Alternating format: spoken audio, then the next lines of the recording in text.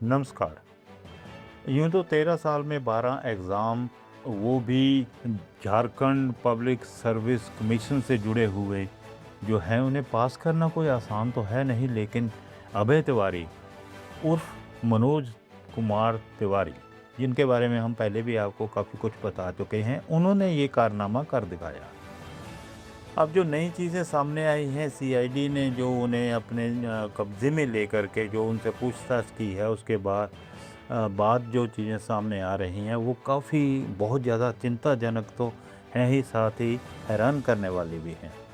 22 जुलाई को जो गोड्डा ज़िले के पोरियाहाट से गिरफ्तार किया गया था इसे अभय तिवारी को। तो अब जो चीज़ सामने आ रही है कि ये जो कैंडिडेट एग्जामिनेशन ऑपरेटर और कमीशन से जुड़े कुछ लोगों का एक अलग सा नेटवर्क जो है वो उभर कर सामने आया है, जिसके साथ पता चला है कि ये लोग जो हैं यही जो है ये सारी इन प्रश्न पत्रों को लीक करते हैं और छापते भी खुद ही हैं। इस तरीके से ये धंधा चलता रहता है और झारखंड पब्लिक सर्विस कमीशन की जो है बदनामी हो रही है।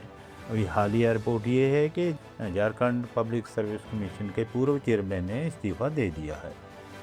तिवारी को सीआईडी ने जब गिरफ्तार किया था, तो सबसे पहले जो है उन्होंने ब्लॉक सप्लाई ऑफिसर के तौर पर काम किया था। सरकारी नौकरी में आने के बाद वह TSR data processing private limited या टीडीपीएल जो लखनऊ की एक कंपनी है से जुड़े रहे, जिसने झारखंड में कई झारखंड पब्लिक सर्विस कमीशन और अन्य एग्ज़ाम जो हैं वो ऑपरेट किए हैं।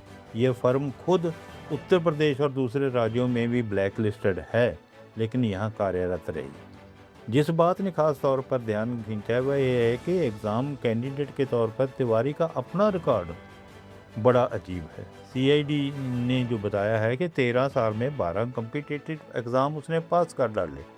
इसमें क्या-क्या है ज़रा सुनिए। पुलिस सब इंस्पेक्टर झारखंड का, उसकी परीक्षा पास की। Indian navy recruitment, Bhabha atomic research centre, CRPF head constable recruitment, northern coal fields limited की भर्ती और बाकी जेएसएससी, पीजीटी और सीजीएल परीक्षाएं और उसके पश्चात जेपीएससी, एसीएफ, एफआरओ, एफएसओ और सिविल सर्विसेज प्रिलिमिनरी तक की परीक्षाएं इन्होंने, यानी प्रिलिमिनरी वो भी सिविल सर्विसेज की, वो भी इन्होंने पास की। जांच करने वालों को भी बहुत झटका लग रहा है ये देख कर के इसने कि ये सब इतना बड़ा हेर फेर कैसे कर डाला। लेकिन इतने इम्तिहान पास करने के पीछे उसका मकसद और उसका ध्येय सिर्फ इतना था कि वो आने वाले लोगों को ये बताना चाहता था कि उसने खुद ने इतने एग्ज़ाम पास किए हैं और ऐसे ही वो दूसरों को पास करवा देगा, जिसके लिए भारी रकम चुकानी पड़ती थी। अब तिवारी परिवार में, जैसा कि हमने पिछली किस्त में बताया था कि उनके भाई अक्षय तिवारी और अक्षय तिवारी की पत्नी जो है वो भी जो हैं झारखंड शॉर्ट सर्विस कमीशन और जो है कंबाइंड ग्रेजुएट लेवल के एग्ज़ाम जो हैं वो पास करके नौकरियां हासिल कर चुके हैं। अब परिवार के दूसरे सदस्य भी हैं, अब उनकी भी जांच शुरू हो गई है। अब इस आरोप की जांच की जा रही है कि एग्ज़ाम प्रोसेस का इस्तेमाल न सिर्फ तिवारी ने अपने फ़ायदे के लिए बल्कि अपने सारे परिवार के लिए किया। सीआईडी ने उनके पोरियाहाट में किराए के घर से करीब 5 लाख रुपए की कैश भी बरामद की और उन्हें पूछताछ के लिए बाद में वो रांची लेके आए। अब जांचकर्ता जो हैं वो कह रहे हैं कि अपनी क्रेडिबिलिटी बनाने के लिए जो उसने टेस्ट पास किए वो बहुत ही एक गंभीर जो है वो मसला पैदा करते हैं। अब ग्रांटेड सिलेक्शन का वादा वो इसीलिए करता था क्योंकि वो बताता था उन्हें कि देखो मैंने भी पास किए, आपके करवा दूंगा। ये बात अलग कि कैंडिडेट से 25 लाख रुपए से लेकर 40 लाख रुपए तक वो बड़े आराम से ले लेता था और कुछ मामलों में तो बताया जाता है कि ये रकम बहुत ज़्यादा होती थी। उनके रिमांड के दौरान जांचकर्ताओं ने मतलब एग्ज़ाम सिंडिकेट और भर्ती के अलग अलग स्टेज से जुड़े रेट्स की डिटेल खंगालनी शुरू की तो पता चला कि जनरल कैटेगरी के कैंडिडेट्स के लिए 5 लाख रुपए, रिजर्व कैटेगरी के लिए 2 से 3 लाख रुपए, फाइनल सिलेक्शन के लिए हर कैंडिडेट से 60 से 70 लाख रुपए, इंटरव्यू में मार्क्स बढ़ाने के लिए एक्स्ट्रा 15 लाख रुपए ये लिए जाते थे। जरा गौर कीजिए कि इतनी बड़ी रकम और बड़े आराम से ये लिए जा रहा था। कारण सिर्फ ये है कि इसके ऊपरी स्तर पर जो आला अधिकारी बैठे थे उनके साथ इनकी साठगांठ थी और वो इसके काम करवाए जा रहे थे।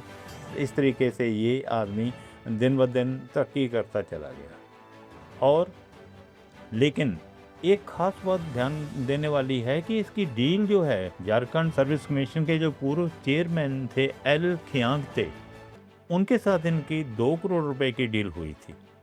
और इस अरेंजमेंट में ये भी शर्त जुड़ी हुई थी कि इस एजेंसी को जितने भी केस मिलेंगे, हर केस में मिलने वाली पेमेंट का 20% कमीशन जो है वो चेयरमैन को दिया जाएगा। अब जो बयान उन्होंने दिए हैं उनके मुताबिक जो कंप्यूटर ऑपरेटर था एक धर्मेंद्र कुमार के जरिए उन्होंने इनसे संपर्क किया था और कई और डायरेक्टर्स के भी नाम इन्होंने लिए हैं। अब देखना ये है कि इतनी बड़ी जो है वो डील ये लोग करते रहे हैं, इनके सिर पर ऑफिसर्स भी बैठे थे, कभी किसी ने गौर ही नहीं की ये सब हो क्या रहा है। मतलब ये क्या करते थे कि इनके तरीके कुछ ऐसे थे जैसे OMR शीट में बदलाव करके आंसर शीट लीक करना और इंटरव्यू के दौरान मार्क्स बढ़ाना, बड़े आराम से बढ़ा देते थे। जांच तो इस बात की भी चल रही है कि इस तरह के अरेंजमेंट से सिस्टम ने करोड़ों रुपए कमाए और उसका कभी कोई किसी किस्म की जानकारी बाहर लीक ही नहीं हुई। मतलब अब तो ये केस जो है तिवारी की एग्ज़ाम हिस्ट्री जो है वो क्रिएट कर रहा है। ये एक हिस्ट्री शीटर जो है वो बन गया है। एक आदमी जिसने लगभग 13 साल में 12 कॉम्पिटिटिव एग्ज़ाम पास कर दिया और बाद में एक सरकारी अधिकारी बन गया और उसने रिक्रूटमेंट एग्ज़ाम करने वाली एक कंपनी के साथ भी काम किया। CID जांच कर रही है कि उसके करियर के 2 हिस्से एग्ज़ाम के नेटवर्क से जुड़े थे। चलिए खैर, अभी तो झारखंड पब्लिक सर्विस कमीशन के पूर्व चेयरमैन ने ही इस्तीफ़ा दिया है। आने वाले दिनों में और इस्तीफ़े भी आपके सामने नज़र आएंगे। जुड़े रहिएगा, हम अगली किस्त लेकर जल्दी आएंगे। धन्यवाद।